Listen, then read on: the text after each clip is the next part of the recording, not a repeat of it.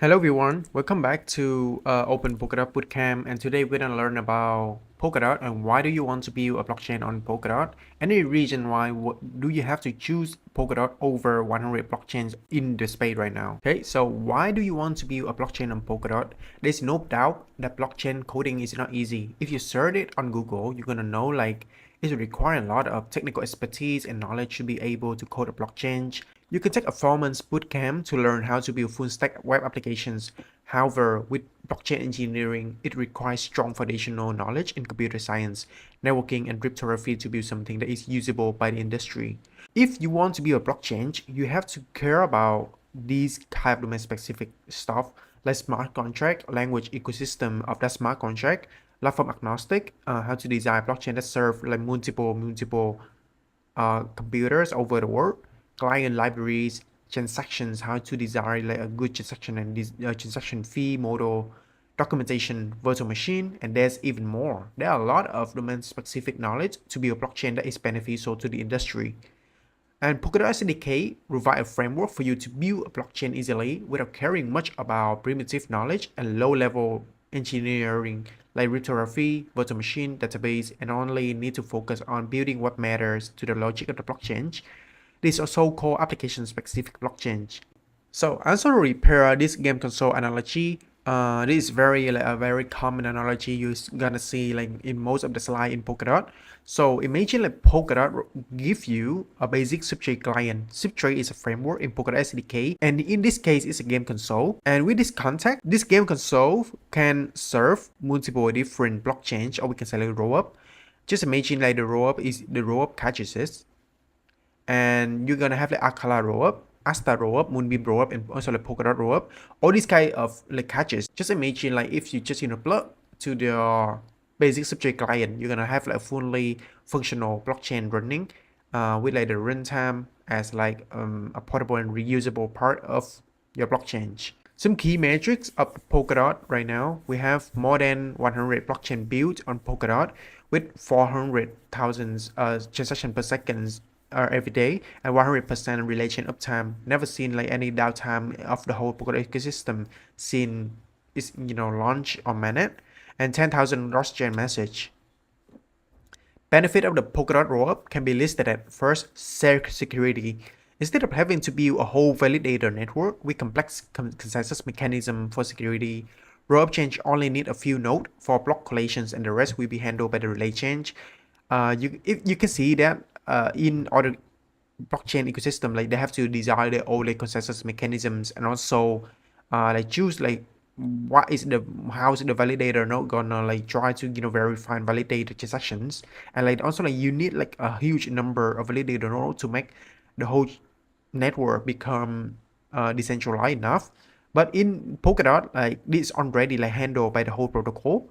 As a blockchain built on Polkadot, you only have to care about the programming logic of your runtime, and you don't need to care about the infrastructure, the underlying infrastructure for security like validator. The second point would be like cross-chain messaging.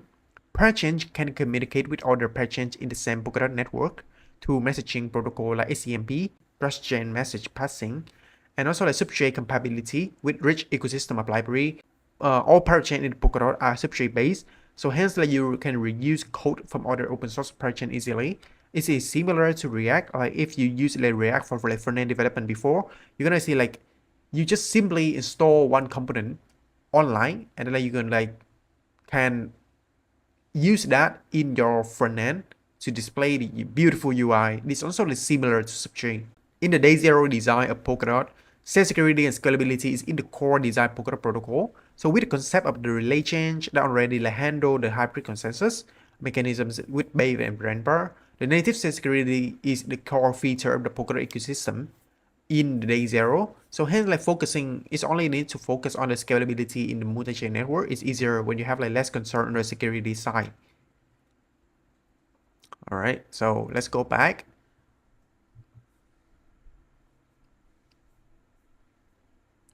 And there is another analogy that I really like is the Lego bridge analogy. So let's play Lego, understand how does the substrate work. So just imagine like you have your custom blockchain that you want to build is a Lego house, and you also like have a single Lego brick, which is a substrate framework and frame. We also like learn about substrate framework and frame, so don't worry. Just imagine now you're playing Lego, not doing any blockchain work. And let's say if you want to build an EVM compatible blockchain, a blockchain that can execute a Solidity smart contract language, you just simply add this small blue Lego brick on top of your substrate Lego brick, and bam, you have a complete blockchain.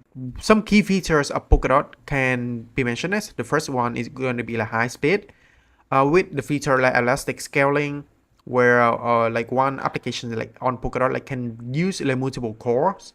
Multi-core is one of the key features of Polkadot as well. We also learned that in the module HO core time, availability core, and also like how to purchase a core for your applications. So Polkadot applications with the elastic scaling that use multiple core for like executing tasks, then like Polkadot application can reach up to like 0.5 seconds block time, which is amazing. Comparing with like a very fully synchronous network like Solana, which is only like take like 0.4 second. This is like nearly the same.